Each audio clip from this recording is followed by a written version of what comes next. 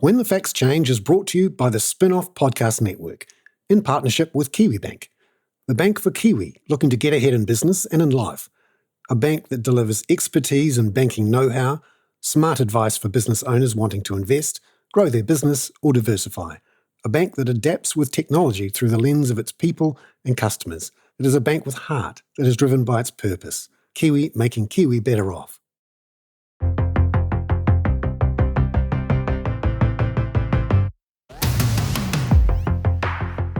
All around Aotearoa, we have all sorts of problems we could be solving by building things. Roads, railways, hospitals, schools. We've got way too many people and not enough stuff. So our instincts are to build this stuff, and then we could solve the problem. However, when you build stuff, you can create more problems, you can solve old problems, you can solve other problems which appear to have nothing to do with not having the stuff. And Aotearoa has this huge infrastructure deficit. It's been measured by the Infrastructure Commission at nearly $200 billion. That's if we were to fill up the existing infrastructure deficit from all the population growth we've had so far, and that's about $100 billion. And then there's another $100 billion that we could be spending to invest ahead of the population growth we're expecting over the next 30 to 40 years. So why don't we just get on with raising the money, spending the money, building the stuff? Well, it turns out if we were to spend $200 billion over 30 years or so, we'd have to more than double the rate of infrastructure spending we're doing at the moment. And rightly, some people say, well, we can't afford that. That would mean higher taxes for everyone. Or does it? Let's park that one for a bit. And then secondly, there's the issue of where do we get all the people to build this stuff? And where do we get the stuff to build the stuff? So this is something we are going to have to deal with over the next 30 or 40 years. How do we find the money to build the stuff? How do we build the stuff? How do we solve our problems? And this is the most crucial thing, how do we do it in a way that's fair, not just to the existing people who use the existing infrastructure, but fair overall to resolve some of the problems we've got in Aotearoa with equity, and that means with the way that public spending has been done in a way that means some people don't have access to services and some people don't get a fair crack of the whip. Now, we've heard a lot about this week with the debate around equity in health and the moves by the Auckland division of the new Public Health Authority to use new criteria for building surgery lists so that past unfairnesses can be rectified. That's all fine in health, but how could you do it in infrastructure? This week on When the Facts Change, I speak to Geoff Cooper, who is the head of strategy at the Infrastructure Commission. And they're doing a lot of excellent work, I think, to work out what are the problems, how big is the hole, how can we solve it, and how can we do it fairly? And what does fair mean? Because once you get into the arguments about who pays for things, who gets access to things, how they're paid for, then you get into quite politically difficult topics in that you're essentially saying sometimes we're going to take something off this group and give it to another group. Or we're going to take some money off this group and we're going to build something that the original group may not have any ability to use. For example, when you tax someone in Auckland and build a motorway in Christchurch, it's pretty unlikely the Aucklanders are going to get to use it. Or let's say, for example, you tax the spending of someone in Auckland, spending on goods and services, maybe it's food, and then you use that money to build a railway line, probably in Auckland, and maybe used by the person who spent the money on food, but there's no direct connection. So how do you do all this in a way that's fair and solve some of the past problems we've had with access to services? Now, there's a bunch of ways you can do this. And one of the obvious gnarly questions is, how do you essentially take some money from people who can afford it and use it to build other stuff that they may not use? Well, you can, for example, make sure that you only charge people who use a service or a piece of infrastructure. You essentially use user pays to solve the problem, because that does two things. Firstly, it means there's a very direct connection, and it's quite hard to complain about fairness when you're the one who's paying for it. And secondly, it also means that by imposing a price or a charge on something, you can reduce the demand for it. And that's one of the ways to fill the hole, if you like.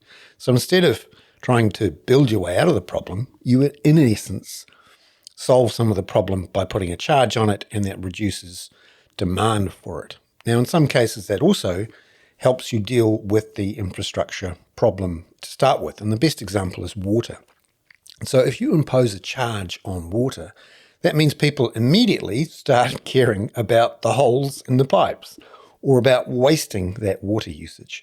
And it's very clear in Auckland and in Tauranga and on the Kapiti coast, where there are water meters and water charges, that it has reduced demand and reduced the amount of spending that was necessary on that stuff. But the problem, of course, is that when you charge the same price for the same product and you charge everyone the same amount, depending on usage, you can almost immediately change the fairness of it. So that let's say, for example, you've got a big family and you use a lot of water in your house and you can't afford to pay for it, but you have to pay for it. And that's one of the reasons why politically it's been very difficult to bring in water charges. The second issue is, how do you make sure that you fairly pay for all this infrastructure when, as a country, we don't have a wealth tax? We don't have an inheritance tax, we don't tax capital gains, and most importantly, we don't tax the gains on the value of land when it's been rezoned or when a piece of public infrastructure is built next to it and the value of that land goes up. That's seen as free money. That is a birthright of anyone who owns land. The ability to engineer some public investment in that land or around that land to get essentially a private gain from a public investment. Well, that's seen as how you get ahead in New Zealand. And I think this is one of the issues that our infrastructure strategists will have to face, is that when you do the right thing, which is to charge people who benefit from public infrastructure for that public infrastructure, and it may not necessarily be a charge for the actual use of the infrastructure, it may be capturing some of the gains from the value in the land, then you're up against, in essence, an entitled view of how this country works, which is, if I can manage to get ahead of everyone else, buy in the right place, and work away within council or wherever to ensure that something is rezoned or that a motorway is built, then that's just fair. That's a fair thing to happen. Well, is it? Because the gains are extraordinary, as we've seen with the rise in land prices, particularly of those on the edge of town, where we know that a lot of development has happened in the past and where politically it's easier to get through. You immediately make some very rich people much, much richer when you increase the value of that land. And you also, of course, by building motorways out there, essentially create a lot of private value using public spending. And this is one of the core things we're going to have to get around in this debate. How, in the process of building all this infrastructure, do we ensure that it's done fairly, particularly as we know with the climate crisis, that those who are hurting the most and who are going to be hurt the most are those who can least afford it. This week on When the Facts Change, we talk to Geoff Cooper, the head of strategy at the Infrastructure Commission, about building infrastructure fairly. It's not easy, but it's necessary, and in many ways, it's going to be the biggest task of any government for decades to come. Well, kia ora, and welcome to Geoff Cooper from the Infrastructure Commission, Te Waihanga. Geoff, great to see you. Kia ora, Bernard. Yeah, really good to be here. Thanks for having us. Now, you've been busy, or at least the Te Waihanga has been busy with putting out some briefing papers and also a draft paper to get people thinking about fairness and infrastructure. Could you tell us why you've done that? Yeah, absolutely. Well, this is one that came out of the New Zealand infrastructure strategy. You remember some time ago, we went through quite a big consultation process on that document. And one of the big things that people sort of said to us is, don't forget the equity side of infrastructure. It's not all built form. This is about who we are, the communities that we're a part of, and the opportunities that we have access to. And so it's given the Commission, I think, some pause to go away and think and have a stronger view on what it is that we mean when we talk about equity and infrastructure. What does it mean to sort of fund and finance something in a way that's seen as equitable? What do we even mean by that? What are the sort of elements or the spectrums of equity that we're thinking about? And what role does capacity, because that's ultimately what infrastructure is about, capacity to move things around, what role does capacity have in those opportunities that we want to give all New Zealanders? So when you say what role does capacity have, what sort of things are you talking about there? Yeah, well, we have to make decisions about roading infrastructure, about rail infrastructure, telecommunications infrastructure, and we're often thinking about the opportunities that we have in different ways, right? So it could be that we're thinking about different income groups. We might be thinking about different geographic places that are growing fast, places that are growing slow. It might be within cities, places that have really good access to jobs and other amenities, and other places that don't have such good access.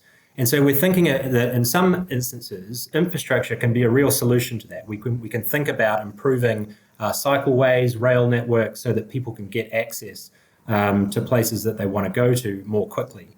So there are real sort of possible built solutions there, right?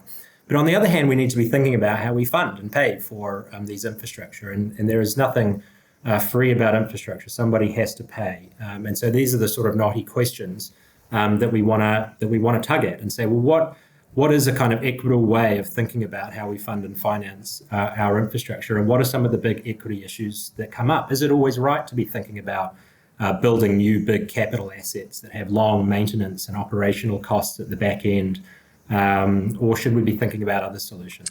Yeah, that question of who should pay is a thorny one, right at the heart of every democracy, involving someone else will pay, not me. So could you tell us, how we've done it in the past and why we just can't do that again? So in the past, over various times, the last couple of 100 years of infrastructure, we started off with the Crown borrowing money offshore.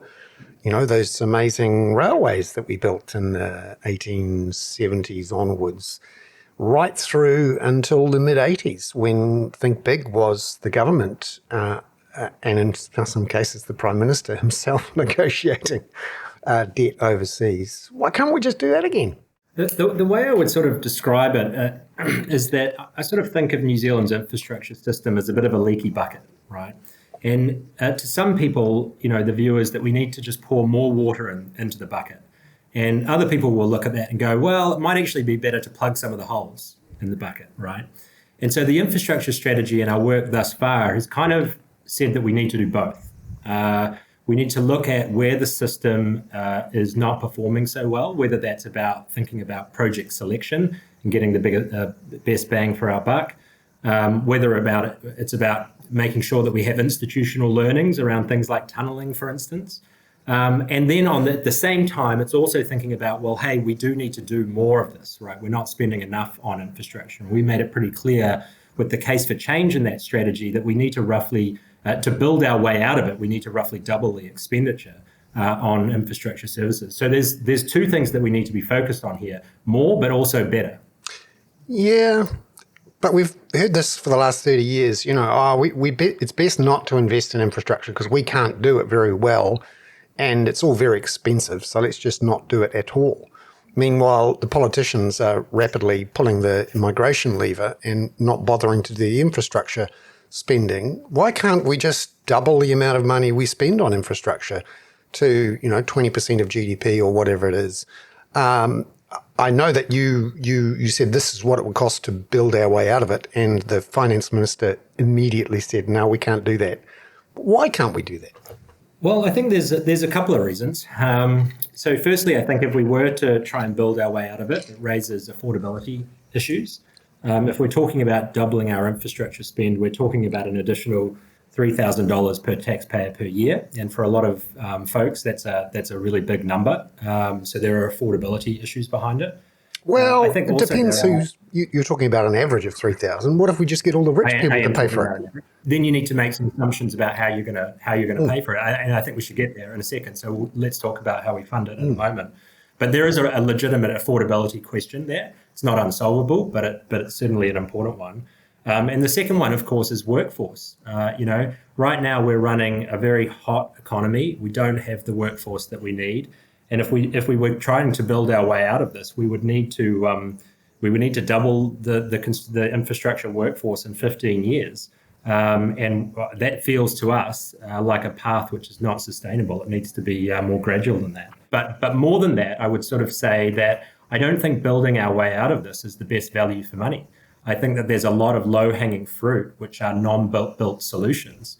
We can talk about the maintenance of infrastructure assets around the country. We don't do maintenance very well, right? And it is a lot cheaper to maintain your assets than to run them into the ground and build new each time. So there's actually a number of these non-built solutions that present themselves as much better value for money than trying to just build your way out of these problems. Do you have any others that we could think of? Yeah, sure. I mean, in the strategy, we talk about all sorts of different options here. I mean, every recommendation that we sort of talk about, we put into 4 categories, right? We're thinking about recommendations that help streamline the delivery of infrastructure. The second one is the bulk funding that we've kind of talked about. The third one's better project selection and building consensus around projects at I think, a much earlier stage so that we don't flip-flop later on. And then the last one is making better use of existing infrastructure. And we divide that into 4 different areas. The first is designing our way to better outcomes. So you can think about houses that retain heat in a better way, meaning that we need less electricity. You can think about education, right? And we've seen great examples of that with education around smoking, for instance. That means less resources into hospital infrastructure. Regulation, and then of course pricing, right, which is the one you've mentioned as well. We talk a lot about how our system of infrastructure prices plays out across all of the sectors, and that is an interesting one because sometimes we use prices very fluidly, and sometimes we don't use them at all, right? And so you can compare something like transmission pricing in electricity networks, which is, essentially a real-time pricing mechanism, against something like volumetric water charges, which are very seldom used around the country. So in some of our sectors, we have very sophisticated pricing, and in other sectors, we have no pricing.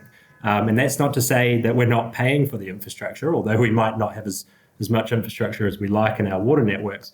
But it's just saying that we pay for it in different ways. And those different ways tend to be centralized funds, right? And centralized funds have downsides. You're competing with other priorities, and those centralized funds can go through different cycles. They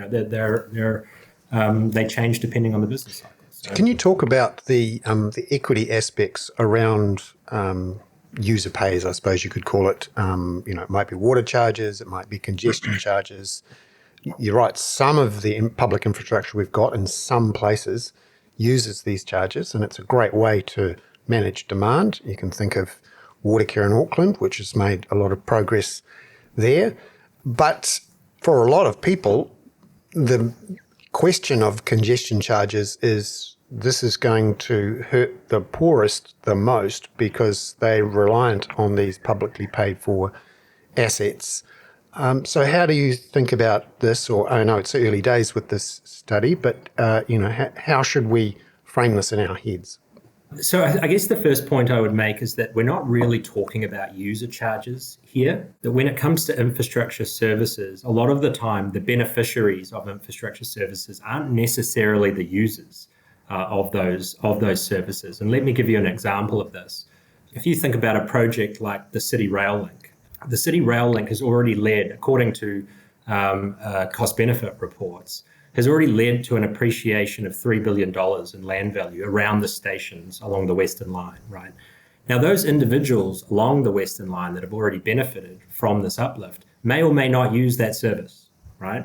So but they just won the lottery. That's how it works in New Zealand. You make sure you find some land and get some public infrastructure invested next to it, and you capture the gains. That's how New Zealand works.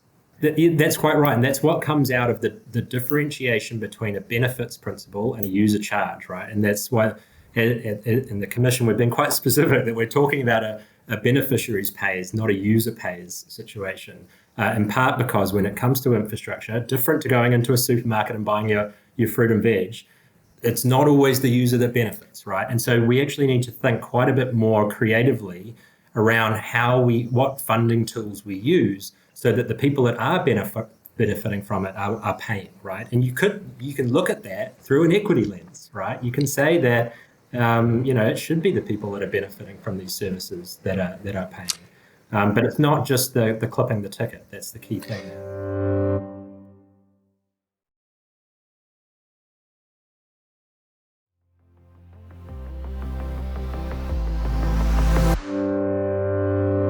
It's interesting. Ratings capture uplift or targeted rates, whatever you call it. Essentially, this is ensuring that the person, or the state, or the council, or the government that is paying for the infrastructure essentially collects a big chunk or a chunk of the uplift in the value of land around it. But you never hear councils arguing for this. For some strange reason, the people who benefit from these land value uplifts often seem to be well argued inside council. And I've yet to hear a government actually argue strongly for it yet. I don't know of anywhere where it's actually being used in New Zealand in any substantial way, other than in Queenstown for inclusionary zoning, and that's under severe threat from a backlash from landowners. Yeah, so let me just make a couple of points there. First, I think the rating on capital value or land value, depending on which one the council is using, that's affecting the distribution of rates, but it's not necessarily affecting the quantum of rates, right? So you would actually have to levy a targeted rate to get the uplift, and I agree with you that that's not commonly done. It's not that it never happens, but it doesn't commonly happen. Where you need to go from here is look at other infrastructure sectors for examples of this. And if you do that, you actually find that there are other examples where I think decision makers have made decisions in moving into the space. And I'll give you a couple of those, right? The Kapiti District Coast put in place a volumetric charge for its water pricing, and that resulted in 75% of the ratepayers actually paying less in their water bills, and they were able to defer an infrastructure project by 40 years simply because they were able to make better use of the water infrastructure. So that's one example. And another one, which is also in the water sector, but a more recent example, comes from Christchurch, where they've recently put in place water charges there. So residential property owners pay a fixed rate of, I think it's $1.35 for every 1,000 litres that they use over a daily limit. And what that's resulted in is a 10% drop in water use as well. So you can start to see here that there is a potential win-win on some of these, where you can make better use of the asset, get some other objectives. In this case, we're talking about water conservation, and result in lower prices. So that's the sort of opportunities from the Infrastructure Commission's perspective that we're looking at, going, well, where are these? Because these look like nuggets to us. And then the Kapiti Council was voted out at the next election. This is the problem, is that every councillor, mayor and government minister no one wants to be the person who puts up those charges because they get voted out the next time. And this is the frustration, I think, that we've seen for 30 years, is that we, particularly in the last 15 years or so, as our population has grown so quickly, we have avoided these decisions around congestion charges or simply using taxes, centralised taxes or rates to pay for it, and ended up horribly underinvesting in our infrastructure. And one of the risks, you could argue, of recommending congestion charges, ratings capture uplift, is that it's a very conventional and obvious and economically sensible thing to do, but no politician wants to touch it. I just wonder if that political realpolitik is something that will be assessed in the, not just this report, but other reports that you've done. I suppose you could argue we just give the advice and the politicians can do what they want with it. But the risk is that by going for the economically sensible thing, then nothing happens, or not enough. Yeah, I mean, our focus is on outcomes, I suppose, and our job here is to put forward the best possible evidence we can, showing where there are benefits to be had. I mean, the point that I would make here, though, is that this is not talking about how much we're paying for infrastructure. It's talking about how we're paying for infrastructure. And that is a point that I think is often lost in the mainstream, where, if you put your water charges down to zero, or if you put your congestion charge down to zero, there's this feeling that, we're not paying for it. It's free. Water's free, or the roads are free. But, for anybody that's in infrastructure, we know full well that's not the case, right? That somebody is paying for that water infrastructure to get the water from the reservoir to the pipes to your kitchen. Somebody is paying for the maintenance of that road. And if it's not what we're talking about, the maintenance of the road, then we're all paying for it in terms of the time we spend waiting, right? So, and I think there's something interesting here about, why is it that we have put up with congestion and transport for so long compared to other sectors that we look at? Because you can think about congestion in water, right? That's like a lake or a flood. And we don't put up with that because it has quite considerable impacts. And we don't put up with congestion in electricity networks because it can cause a literal meltdown, right? Like congestion has big effects. But congestion, when it comes to people, it's kind of just waiting around.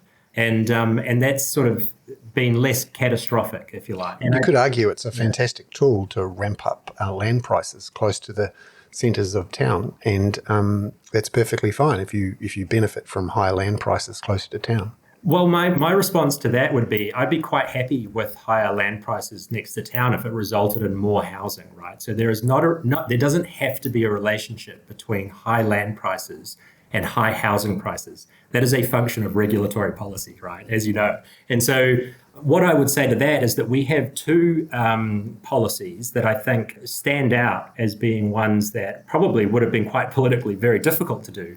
As somebody that lived and breathed the unitary plan in those early days with the medium density residential standards and the MPS UD. And what they do really is they are important complementary policies to something like congestion charging, because it allows development to move into areas where there is no congestion, right? And so I actually think that now that those policies are in place, we're in a far better position to be thinking about congestion charging than we were previously. And as you do your work, and by the way, thank you for the God's work involved in the unitary plan and the MDRS. I'm firmly in the let's build lots of warm, dry houses close to where people work and play and are able to do it with a bike or walking or buses and trains. I'm curious about land prices. We sort of touched on it there. And you've got some papers that have just come out in the last day or two talking about how urban land prices are quite a factor in many of the infrastructure decisions that we take, and that it's a big factor in the costs. We forget when we hear these stories of cost blowouts. We think of, a motorway cost blowout or a big project cost blowout or railway cost blowout. then in some cases, it's not actually an increase in the cost of construction or delays in the construction. It's just the sheer cost of the land that the railway or the council or the government has to buy to make sure that particular project can work. Can you tell us what you found with your research so far? Yeah, I can. And it's just a really good introduction to this topic, that land prices are an input into infrastructure. And that is point number one, right? So when we have broken land markets, it's really affecting our infrastructure markets. So really glad to start on that point. So let me start by saying that the land prices are an infrastructure issue. So on the one hand, if you've got a shortage in infrastructure, it can limit your development opportunities in cities, and it can result in higher prices, right? A scarcity, if you like. But on the other hand, as you've just pointed out, higher land prices also make it costly and difficult to build infrastructure where and when it's needed, right? So the sort of circle that you kind of get yourself into here is that if you're trying to build infrastructure at the same time that it is needed, or plan for infrastructure at the same time that it is needed, you're also facing really high land values. Why are you facing high land values? Precisely because people want to be there. That's also why the case for infrastructure stacks up as well. And what we have in New Zealand is a situation where we've got a story of just-in-time infrastructure provision, right? We sort of wait and we wait and we wait, and then we realize that when we need a project, and that's when we start to hustle really hard, right? But we don't have a great record of moving through the business planning into delivery very quickly. And one part of the puzzle here is land acquisition, that we tend to buy the land for infrastructure when we need it, or a few years before when we need it. And that means that we're spending a lot on land. So another point here is that, sort of segue into this, is that we're really bad at forecasting, Ben. This will come as no surprise to you, right? But let me just give you a little anecdote here, right? In the 1960s, we thought we would have a population of 4.5 million by 1990, okay? And then in the 1980s, we projected that we'd get to 4.5 million by 2040, right? A range of 50 years. And we ended up getting there in 2014, okay? So we're really bad at projecting what the future might hold, right? 84% of rail and 50% of road forecasts for big infrastructure projects are out by at least 20%, right? And the future is getting more and more difficult to forecast because of climate change, weather-related issues, housing prices that are pushing people out of areas that we thought were going to grow, and all of a sudden it's not those areas, it's adjacent areas, and so on and so forth. And so what this is really asking for infrastructure providers is to think about infrastructure under quite intense, large degrees of uncertainty. And right now, the system actually doesn't do that very well because we're buying the land as and when we need it. And so the research that we've recently released is all about land acquisition and what we can stand to gain by purchasing land many years, if not decades in advance, to buy ourselves optionality over when and where we might provide infrastructure projects. So we introduce a couple of case studies through this, but let me just give you the bottom line of it, is that if you don't designate years or perhaps decades in advance, you're likely to end up in a situation where you need the infrastructure, but you can't afford it, or you can't put it in the location that you want because that location's been built out with competing development, right? And it turns out that happens in 54% of the simulations. 54% of the time, if you don't land designate early enough, you're going to end up in a situation where you want the infrastructure, but you can't do it. Does that sound familiar? I mean, that is the situation that we are operating in right now. We feel like we need all of this infrastructure. We do the cost benefit, and we find that it's really difficult to push that number above 1. And that is because we haven't done a ton of this land designation years in advance. And we're trying to do just-in-time infrastructure provision. So the research really goes into explaining how we can do this better. And then the second paper is really looking at how the rural-urban land differentials have changed over time, to make the point that land acquisition has only become more and more important over the last 10 years. So the differential between those two, between rural and urban, has doubled and in some cases tripled in our major cities, right, over the last 10 years. So these are becoming quite big issues. for both regulation but also infrastructure provision. Gnarly. Land is tough. Just finally, we haven't talked about climate here, and one of the variables now in thinking about how we develop our cities and our infrastructure is not just the cost of doing it or the climate emissions impacts of doing it and how we do it, but also how fast we do it. Because you could argue that, 1 million tonnes less of climate emissions today is more valuable than 1 million tonnes less in 2050. Because if we can more quickly reduce our emissions now, apart from anything else, we reduce our climate emissions liability, financial liability, let alone the actual environmental cost.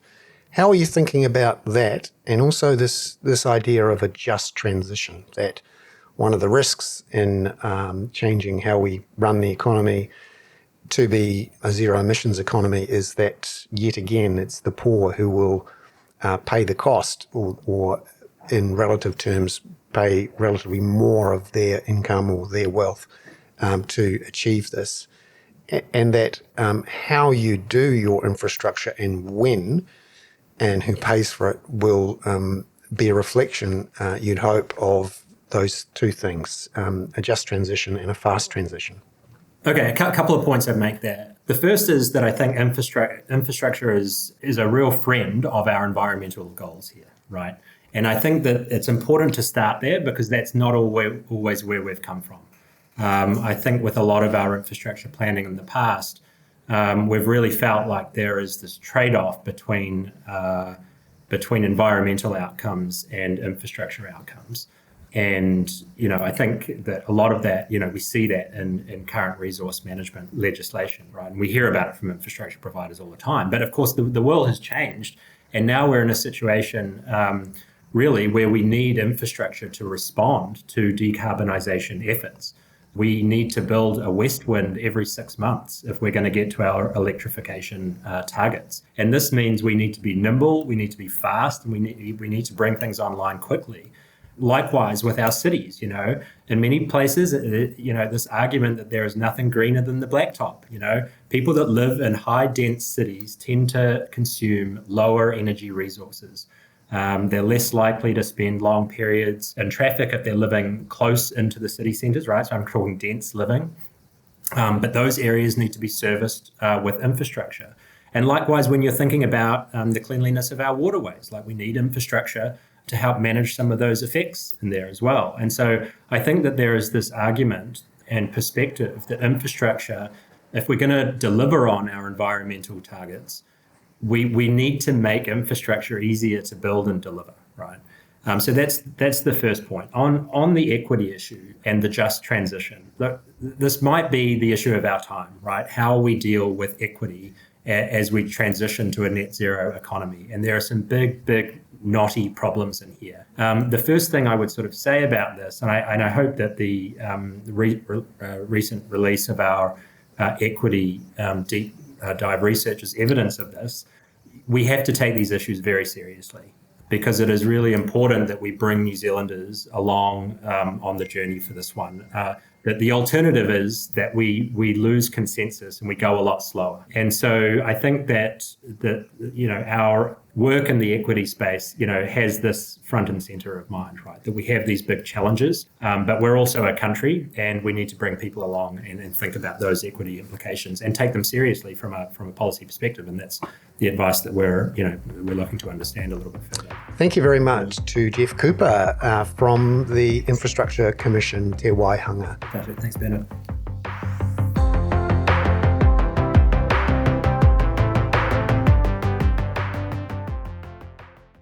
Mm-hmm.